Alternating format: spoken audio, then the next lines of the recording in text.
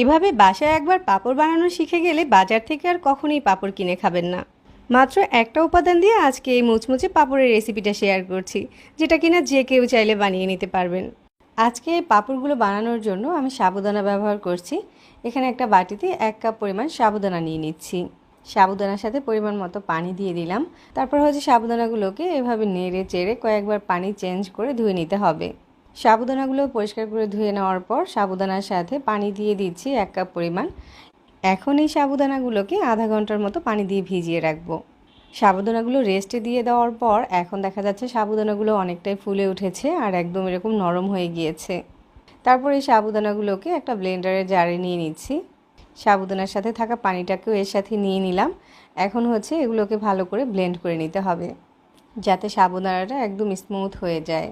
এই তো আমি এখানে সাবুদানাগুলোকে এরকম একদম মিহি করে ব্লেন্ড করে নিয়েছি। এবার চুলায় একটা পাত্র বসিয়ে তার ভিতরে ব্লেন্ড করে রাখা সাবুদানাগুলোকে দিয়ে দিলাম। সাবুদানার এই মিশ্রণটা কিন্তু এ পর্যায়ে অনেকটা ঘন আছে। চামচ দিয়ে নেড়েচেড়ে দেখলেই বোঝা যাচ্ছে এটা অনেকটা ঘন। তো এর সাথে আমি ব্লেন্ডারের জারটা ধুয়ে আরও 1 কাপ পরিমাণ এক্সট্রা পানি অ্যাড করে দিলাম। একটু নেড়েচেড়ে সাবুদানাটাকে পানির সাথে মিশিয়ে দিচ্ছি।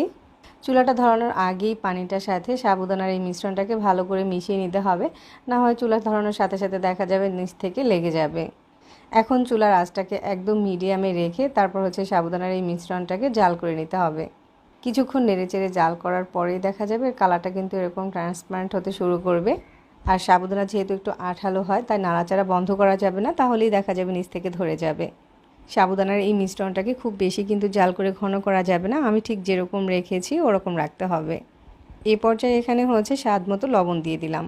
নেড়েচেড়ে আমি আরও 5 মিনিটের মতো এই মিশ্রণটাকে জাল করে নিয়েছি। সাবুদানার মিশ্রণটা এখন এরকম ট্রান্সপারেন্ট কালার হয়ে গিয়েছে, তার মানে এটা জাল করা হয়ে গেছে। এবার আমি যেটা করব, এখান থেকে অর্ধেকটা পরিমাণ সাবুদানার মিশ্রণ আলাদা করে তুলে রাখছি। আর কড়াইতে যে অর্ধেকটা পরিমাণ সাবুদানার মিশ্রণ রয়েছে ওই অর্ধেকটার সাথে 1 চামচ পরিমাণ চিলি ফ্লেক্স অ্যাড করে দিচ্ছি আর নেড়েচেড়ে একটু মিশিয়ে নিচ্ছি। তারপর এই মিশ্রণটাকেও চুলা থেকে নামিয়ে রাখছি। আর হ্যাঁ, নামানোর পরে অবশ্যই ঢাকনা দিয়ে ঢেকে রাখতে হবে, না হয় কিন্তু দ্রুত জমাট বেঁধে যাবে। যে অর্ধেকটা পরিমাণ আমি সাবুদানার মিশ্রণ আলাদা করে তুলে রেখেছিলাম, ওখান থেকে কিছু পরিমাণ নিয়ে এরকম ফুড কালার অ্যাড করে দিয়েছি। আর ফুড কালার হাতের কাছে না থাকলে স্কিপ করতে পারেন।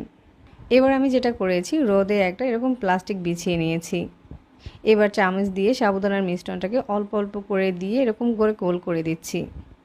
তবে এই মিশ্রণটা দেওয়ার সময় খেয়াল রাখতে হবে যাতে খুব বেশি একটা পাতলা না হয়ে যায়, হালকা এরকম একটু পুরো করে দিতে হবে। আর আজকে সাবুদানার পাঁপড়গুলো আমি কয়েকটা কালারের বানিয়েছি, যাতে করে দেখতে একটু আকর্ষণীয়